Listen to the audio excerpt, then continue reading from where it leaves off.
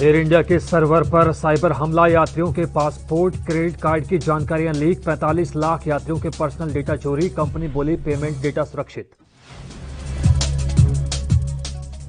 किसान संगठनों ने बातचीत के लिए पीएम मोदी को लिखा पत्र, कृषि कानूनों को खत्म करने की मांग पर कायम, पहले हो चुकी है 11 दौर की वार्ता, 26 नवंबर 2020 से जारी है आंदोलन। बंगाल की खाड़ी में चक्रवाती तूफान का कहर, ओडिशा सरकार ने तटीय जिलों में जारी किया हाई अलर्ट।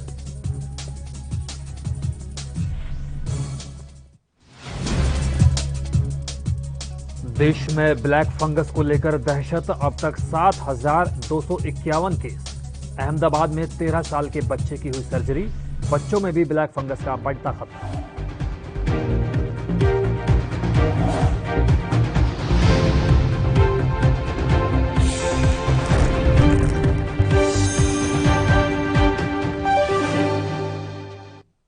नमस्कार, स्वागत है आपका एनबी न्यूज में और मैं हूं आपके साथ जुबैर खान। चलिए शुरू करते हैं बुलेटिन। सरकारी एयरलाइंस कंपनी एयर इंडिया का डेटा लीक होने का मामला सामने आया है। कंपनी के मुताबिक इस घटना ने 45 लाख यात्रियों के डेटा को प्रभावित किया है। कंपनी ने कहा है कि इसमें उपभोक्ताओं की निजी जानकारियां, जिनमें उनके नाम, date of birth, contacts, passport की जानकारी, टिकट की जानकारी, Star Alliance, Air India frequent flyer data और क्रेडिट कार्ड की जानकारी शामिल है। एयर इंडिया के मुताबिक डेटा लीक की घटना 26 अगस्त 2011 से 3 फरवरी 2021 के बीच की है।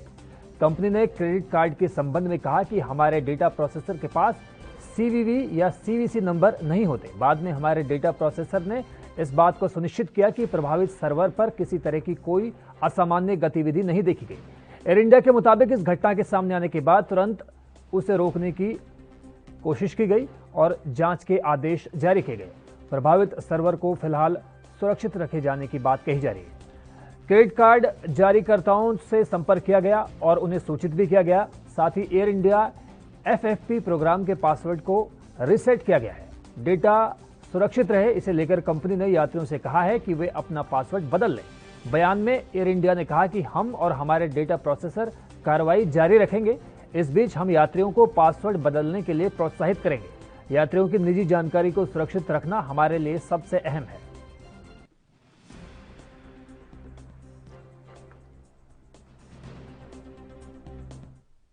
देश में कोरोना संकट के बीच ब्लैक फंगस भी अपना कहर बरपा रहा है। देश में अब तक ब्लैक फंगस के कुल 7,251 केस सामने आ चुके हैं और कई प्रदेशों में इसे महामारी भी घोषित किया जा चुका है। बच्चों में भी ब्लैक फंगस के मामले सामने आ रहे हैं। गुजरात के अहमदाबाद में 13 साल के बच्चे की सर्जरी की गई। हरियाणा के सिरसा में भी इस बीमारी से एक नाबालिग की मौत हो गई है, जिसके बाद ब्लैक फंगस को लेकर दहशत लगातार बढ़ती जा रही है। महाराष्ट्र में ब्लैक फंगस के अब तक 1,500 से ज्यादा केस सामने आ चुके हैं, जिनमें से 90 मरीजों की मौत हो चुकी है। गुजरात में सबसे ज्यादा 1,163 केस अब तक आ चुके हैं और 61 मरीजों को अपनी जान से हाथ धोना पड़ा है। मध्य प्रदेश में ब्लैक फंगस के 575 केस सामने आए हैं और 31 लोगों की मौत हो गई है। वहीं हरियाणा का अगर हम जिक्र करें तो हरियाणा में 268 मरीज ब्लैक फंगस के मिल चुके हैं और 8 लोगों की जान भी गई है। दिल्ली में अब तक 203 केस सामने आए हैं और 1 व्यक्ति की मौत हुई है। उत्तर प्रदेश में भी ब्लैक फंगस के 169 मामले दर्ज किए गए हैं और इससे 8 लोगों की मौत की खबर भी सामने आई है।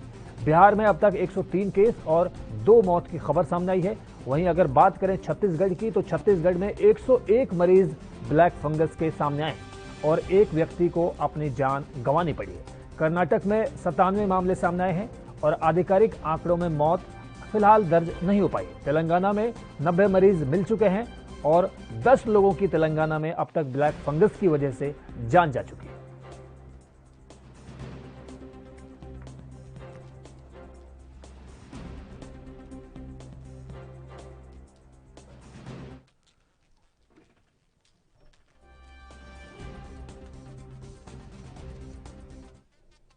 कर्नाटक में 5,14,238 सक्रिय मामले हैं, जिनमें से अकेले बेंगलुरु शहर में 2,89,131 मामले सामने आए, जबकि राज्य में अब तक 24,207 लोगों की कोरोना की वजह से जान चली गई। बेंगलुरु में 10,656 लोगों की मौत हो चुकी है। कर्नाटक सरकार ने कोरोना प्रसार रोकने के लिए राज्यव्यापी लॉकडाउन को 7 जून को सुबह 6 बजे तक बढ़ा दिया है। सीएम बीएस येदियुरप्पा ने बताया कि राज्य भर में लागू लॉकडाउन 7 जून तक जारी रहेगा। सरकार ने शुरू में 27 अप्रैल से 14 दिनों के क्लोज डाउन की घोषणा की थी, लेकिन बाद में 10 मई से 24 मई तक पूर्ण लॉकडाउन किया गया, क्योंकि राज्य भर में कोरोना के मामले लगातार बढ़ रहे हैं। मुख्यमंत्री ने स्पष्ट किया कि मौजूदा प्रतिबंधों में कोई भी बदलाव नहीं किया गया है। विशेषज्ञों द्वारा लॉकडाउन जारी रखने की सलाह के बाद यह फैसला किया गया। मुख्यमंत्री ने शुक्रवार शाम वरिष्ठ अधिकारियों और मंत्रियों के साथ बैठक के दौरान ये तमाम बातें कही।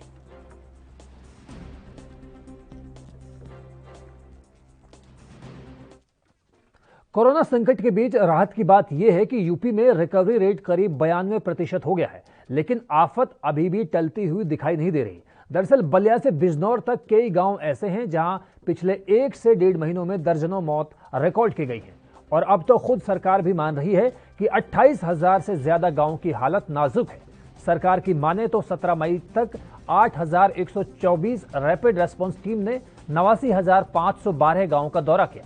इस दौरान 18,18,000 लोगों की जान गई और इनमें से 28,742 गांवों में कोविड के लिहाज से खतरनाक स्थिति मिली।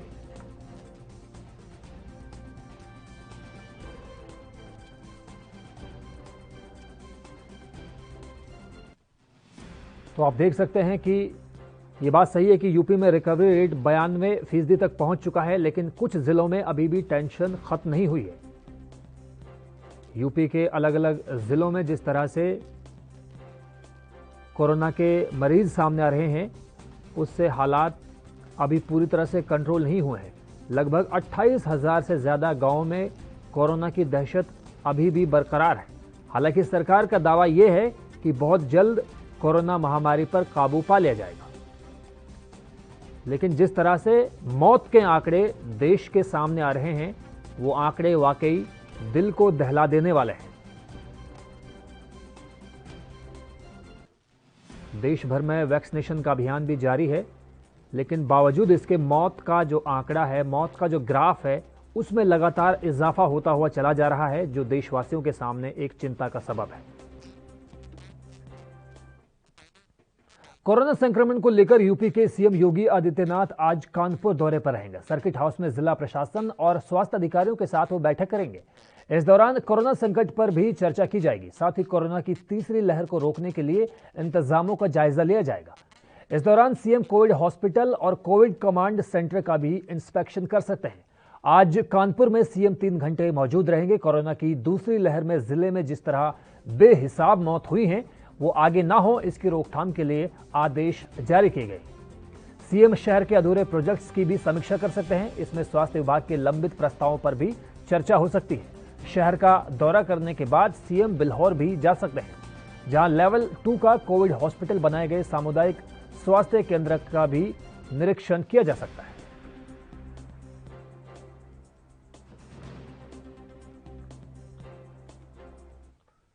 राज्यों में ब्लैक फंगस के मामलों में अचानक तेजी देखी गई है। असम स्वास्थ्य विभाग ने बीमारी के लिए एक नई मानक संचालन प्रक्रिया जारी की है।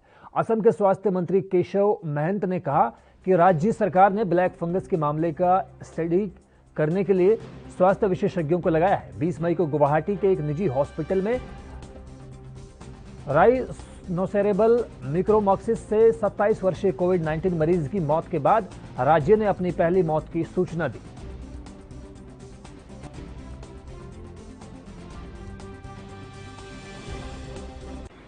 ब्लैक फंगस तो ये कोई संक्रमण नहीं होता है, ट्रांसप्लांट नहीं होता है।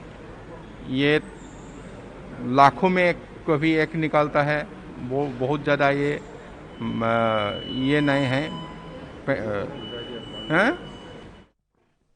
जहां डॉक्टर और विशेषज्ञ महामारी से लड़ने के लिए टीकाकरण के महत्व पर जोर देते हैं, तो वहीं मुंबई से 130 किलोमीटर और नासिक से 45 किलोमीटर दूरी की स्थिति पर इगतपुरी के रायगढ़ नगर में गांव के निवासियों में जागरूकता की कमी की वजह से गांव में एक अफवाह फैल गई कि वैक्सीन लगाएंगे तो हम सब मारे जाएंगे। लोगों ने इस अफवाह को सच मान लिया। गांव के घर घर में ये डर इस कदर हावी हो गया कि इस गांव का कोई भी व्यक्ति वैक्सीन लगवाने के लिए सामने नहीं आया। गांव वालों का यह भी कहना है कि जब गांव में किसी को कोविड हुआ ही नहीं तो वैक्सीन की जरूरत क्यों।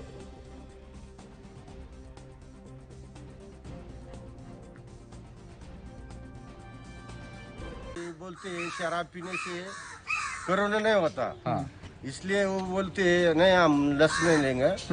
और ये बच्चे लोग भी दारू पीने लगा है ऐसा।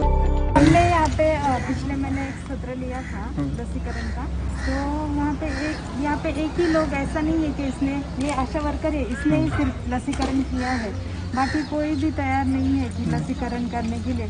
कोरोना वगैरह ये सब अफवाह है, ऐसा लोगों में डेंगू हो। तो लोग आपके लोगों को किस तरह का रिस्पांस मिलता है? गाँव के लोग क्या कहते हैं आपसे? हाँ, हमें कहते हैं कि लसीकरण करने से लोग मरते हैं। और ये महामारी के बीच जुटी भारी भीड़ की तस्वीर आंध्र प्रदेश के नेल्लोर जिले से सामने आई है, जहां लोग कोरोना की आयुर्वेदिक दवा लेने आए थे। अब भला कोरोना की दवा मिलने लगे और वो भी फ्री में, तो सोशल डिस्टेंसिंग को कौन याद रखता है भला। लेकिन बड़ी बात यह है कि इस दवा के कारगर होने के सिर्फ दावे ही नहीं है, कोई वैज्ञानिक पुष्टि भी नहीं है। ऐसे में कोरोना ठीक हो या ना हो, पर हजारों की भीड़ जुटने से कोरोना के होने का खतरा जरूर पैदा हो गया। फिलहाल प्रशासन ने एहतियात के तौर पर इस दवा के इस्तेमाल पर रोक लगा दी है। आयुष आयुर्वेद के डॉक्टर दवा की जांच कर रहे हैं। अगर परिणाम सकारात्मक आते हैं तभी इस पर अंतिम फैसला लिया जाएगा।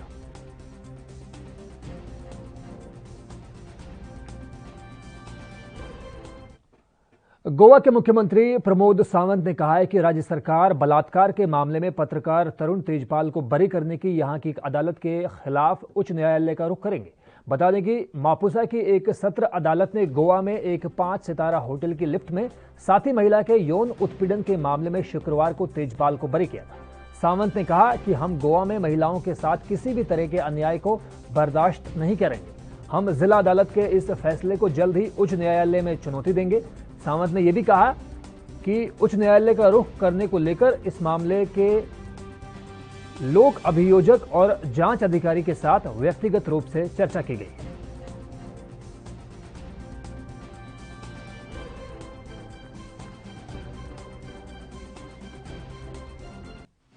Government will appeal against this case in the high court. मुझे लगता है जो इस स्टेट में जिस हमारे महिला भगिनी के ऊपर ये अन्याय है और इस अन्याय के खिलाफ मेरी स्टेट गवर्नमेंट इस जो आज का वर्डिक्ट दिया है इसके ऊपर हम अपील करने वाले हैं हाई कोर्ट में। Definitely within short span of time we will appeal in the high court. और आई हैड पर्सनली मेरा डिस्कशन हो गया है जो हमारे प्रोसिक्यूटेड पीपी थे, हमारे जो बाकी जो केस मॉनिटर कर रहे थे एसपी और बाकी सबसे, इनाफ एविडेंस होने के बाद भी जिस तरह से वो छूट गया है इस केस में, state government is very serious in this matter.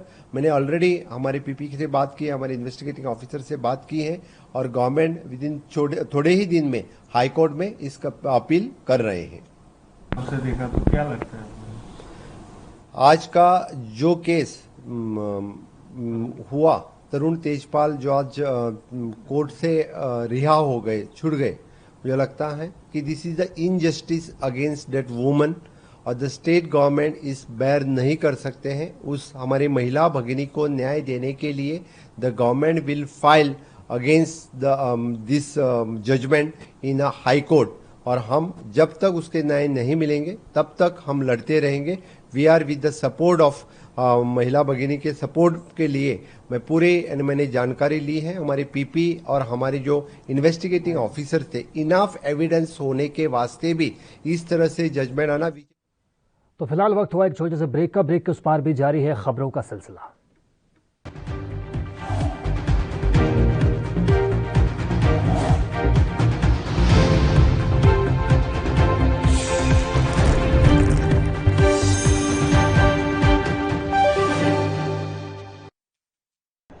यात्रीगण कृपया ध्यान दें, A&B express news on wheels Tata sky, Airtel, Facebook page, Instagram, Jio TV, Google play, YouTube और ऐप स्टोर पर रात 9 बजे A&B न्यूज पर आ रही है। धन्यवाद।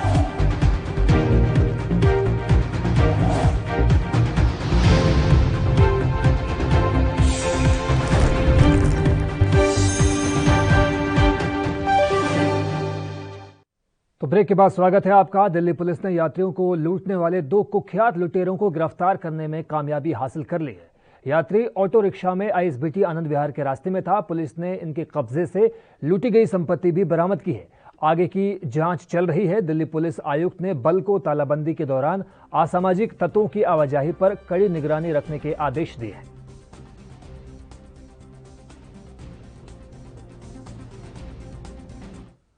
कोरोना महामारी का कहर अभी थमा नहीं है कि ब्लैक फंगस लोगों के लिए जानलेवा साबित होने लगा है। ब्लैक फंगस से मौत का ताजा मामला यूपी के मथुरा से सामने आया है, जहां ब्लैक फंगस की चपेट में आने से एक व्यक्ति की उपचार के दौरान मौत हो गई।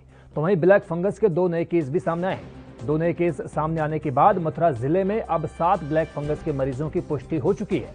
इससे स्वास्थ्य विभाग में हड़कंप मच गया है, क्योंकि जिले के स्वास्थ्य विभाग के पास ब्लैक फंगस के मरीजों के बचाव को लेकर कोई व्यवस्था नहीं है। ब्लैक फंगस बीमारी के इलाज में काम आने वाली दवा एम्फोटेरिसिन बी की भी कमी देखी गई है।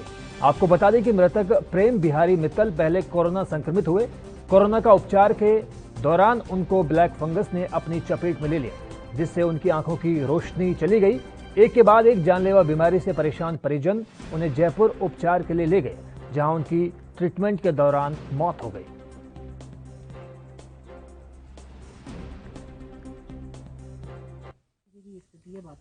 देखिए, अभी हमारे जनपद मथुरा में रिसेंटली 2-3 दिन में लगातार केसेज रिपोर्ट हो रहे हैं। कई केसेज हैं हमारे जनपद मथुरा में, कल भी रिपोर्ट हुए थे। 3 केस आज रिपोर्ट हुए हैं, लगभग 7 के करीब रिपोर्ट हो चुके हैं, जिनमें से सभी मरीज कहीं ना कहीं अलग अलग फैसिलिटी में भर्ती है। 2 मरीज हैं वो अभी जनपद मथुरा में है, एक नेती हॉस्पिटल में है, उसकी भी अभी जाँच कराई जा रही है कि वास्तव में ब्लैक फंगस का है कि नहीं। एक जयपुर से भी अपना इलाज करा के लाए, लेकिन वो एंटी फंगल ड्रग का है। तो इस तरह से हमारे जो जनपद मथुरा में 7 के करीब रिपोर्ट हो चुके हैं। जो भी केस आ रहे हैं उनको हम आइडेंटिफाई कर रहे हैं, टेस्ट करा रहे हैं कि वास्तव में वो केस उसके हैं या नहीं है। उसके उपरांत ही उनको डिक्लेरेशन किया जाता है कि ब्लैक फंगस के हैं। अगर ट्रीटमेंट की नीड है तो जनपद मथुरा के लिए आगरा एसएन मेडिकल कॉलेज में उपचार की व्यवस्था की गई है उनके लिए। मतलब किस तरीके से ये वायरस फैल रहा है अगर बात करें? ये देखिए, वायरस नहीं है, एक तरह का फंगस है, फंगस डिसीज है। जो लोग अभी कोविड से सही हो रहे हैं, जिनका शुगर लेवल हाई है या स्टेरॉइड पे है या कहीं और से गेन कर रहे हैं, इस तरह से बीमारी ये लोग गेन कर रहे हैं। बचाव के लिए क्या प्रक्रिया? देखिए, बचाव के लिए यही है कि लोग अपने, जो लोग डायबिटिक हैं वो अपने शुगर का ध्यान रखें, हाइजीनिक का ध्यान रखें। ये बहुत इंपॉर्टेंट है। अगर किसी भी तरह के कोई लक्षण उनको अगर रिपोर्टेड होते हैं ब्लैक फंगस से रिलेटेड, चाहे वो विजन लॉस हो, चाहे उनके टूथ में पेन हो, किसी भी तरह की, या आई में स्वेलिंग हो, तुरंत स्वास्थ्य विभाग को या अपने नज़दीकी अस्पताल जो हो वहाँ पर रिपोर्ट करना सुनिश्चित करें। जनपद में एक बार थोड़ी मौतों का आंकड़ा बढ़ रहा है, लेकिन कोरोना की रफ्तार कम हो रही है, क्या? देखिए, अभी हमारे आज भी कल एक डेथ रिपोर्ट हुई है और डेथों के काफ़ी गिरावट आई है जनपद। भुवनेश्वर मौसम विज्ञान केंद्र के निदेशक HR बिस्वास ने बताया कि अंडमान सागर से सटे बंगाल की पूर्वी और मध्य खाड़ी में कम दबाव बनने की उम्मीद है और 24 मई को चक्रवाती तूफान बनने की भी उम्मीद जताई गई है। उन्होंने कहा कि चक्रवाती तूफान बनने के बाद और तीव्रता आएगी और गतिविधियां उत्तर पश्चिमी की ओर होंगी। उन्होंने कहा कि 25 मई से तटीय क्षेत्रों में बारिश की गतिविधि शुरू होने की उम्मीद जताई जा रही है और बारिश का क्षेत्र और तीव्रता धीरे धीरे बढ़ने के आसार भी जताए गए हैं। चक्रवाती तूफान के 26 मई को उत्तर बंगाल की खाड़ी, ओडिशा, पश्चिम बंगाल कोस्ट से टकराने की आशंका है। मछुआरों को 23 मई तक तट पर वापस आने की सलाह दी गई है।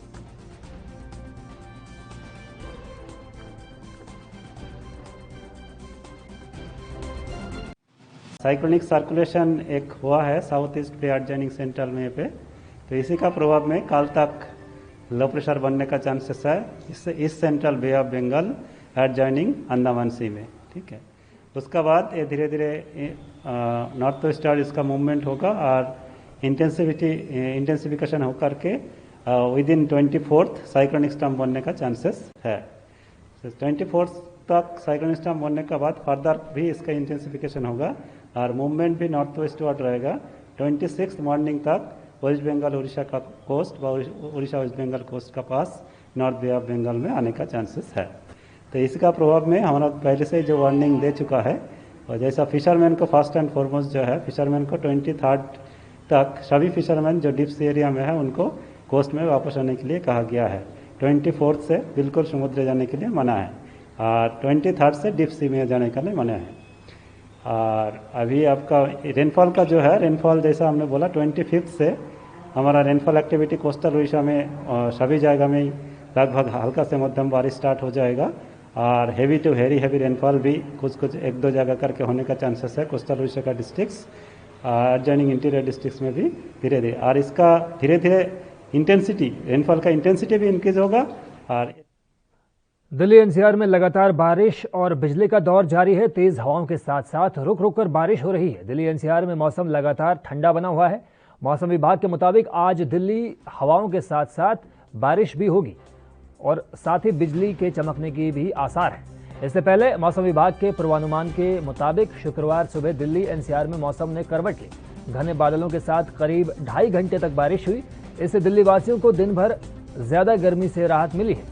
प्रादेशिक मौसम विभाग के मुताबिक शुक्रवार को राजधानी का अधिकतम तापमान सामान्य से 7 कम यानी कि 33.1 डिग्री सेल्सियस और न्यूनतम तापमान भी सामान्य डिग्री से 7 कम यानी कि 19.4 डिग्री सेल्सियस दर्ज किया गया। हवा में नमी का अधिकतम स्तर 100 और न्यूनतम 55% रहा। सबसे ज्यादा बारिश 3.4 मिलीमीटर दर्ज की गई।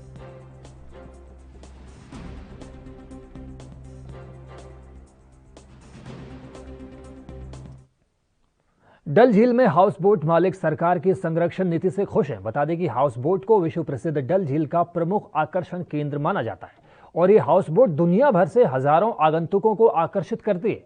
हालांकि हाल के सालों में बाढ़, आग और अन्य घटनाओं की वजह से हाउस बोट पूरी तरह से बेकार हो गई, जिसकी वजह से इन खूबसूरत नौकाओं में कमी आई थी। वर्तमान में डल झील और निगिन झील में केवल 928 हाउस बोट मौजूद है। हाउस बोट्स के अहमियत को ध्यान में रखते हुए जम्मू कश्मीर के उपराज्यपाल मनोज सिन्हा ने हाउस बोट्स को संरक्षित करने के उद्देश्य से एक नई नीति की घोषणा की है, जिसमें हाउस बोट मालिकों के चेहरों पर मुस्कान आ गई।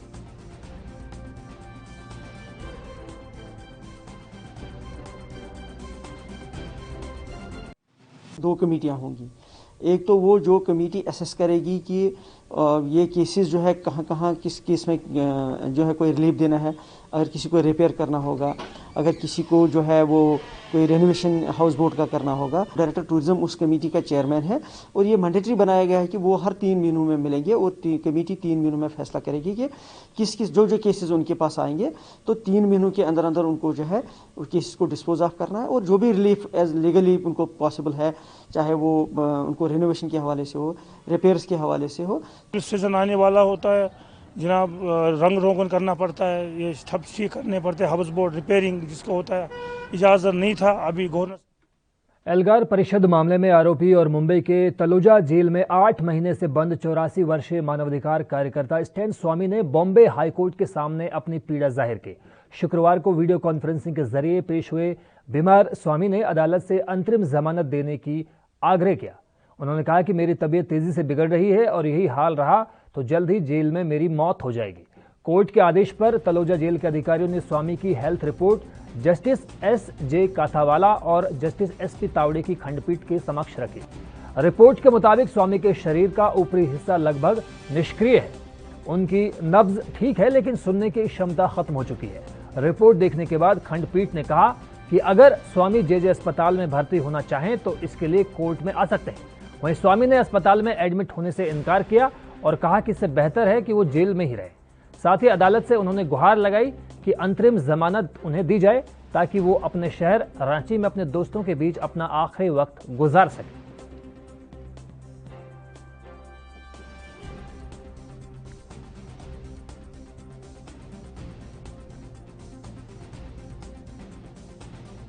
तो आप देख सकते हैं कि एल्गार मामले में स्टैन स्वामी की बॉम्बे हाई कोर्ट से गुहार। उन्होंने कहा है कि अगर इसी तरह वो जेल में रहेंगे तो उनकी हालत और ज़्यादा ख़राब होती चली जाएगी, इसलिए बेहतर ये है कि उन्हें जितना जल्द हो सके जेल से रिहा किया जाए।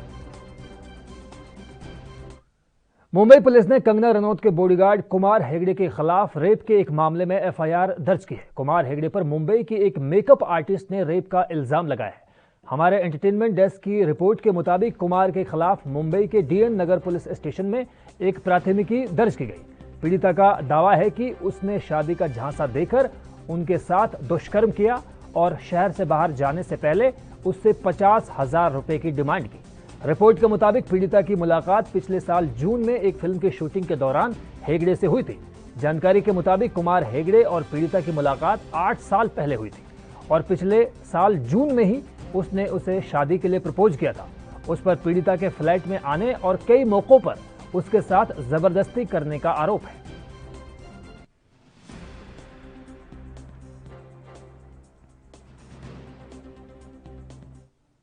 विश्व स्वास्थ्य संगठन कोरोना से होने वाली मौतों को लेकर बयान जारी कर रहा है। डब्ल्यूएचओ ने कहा है कि दुनिया भर में कोरोना से होने वाली प्रत्यक्ष और अप्रत्यक्ष मौतों की संख्या आधिकारिक आंकड़ों से 3 गुना ज्यादा है।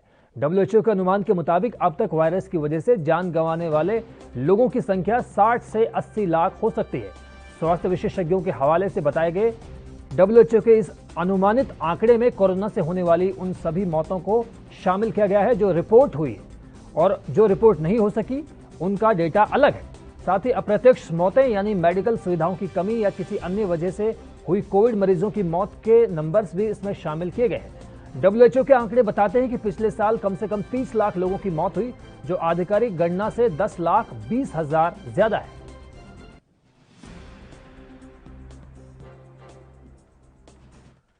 भारतीय सेना ने शुक्रवार को जम्मू कश्मीर के उधमपुर में कोविड-19 वैक्सीन की पहली डोज लगवाने वाली 120 वर्षीय महिला को सम्मानित किया। उधमपुर के दूदू निवासी ढोली देवी के साथ उनके पूरे परिवार के सदस्यों ने भी वैक्सीन लगवाई। उनके परिवार के एक सदस्य ने कहा कि घर के सबसे बुजुर्ग सदस्य को कोविड-19 के खिलाफ वैक्सीन लगवाने से वे काफी खुश हैं। जैसे ये जानकारी बाहर आई, लोगों ने दादी मां के जज्बे को सलाम किया। लेफ्टिनेंट जनरल वाई के जोशी ने 120 वर्षीय ढोली देवी जी को फूलों का गुलदस्ता देकर सम्मानित किया।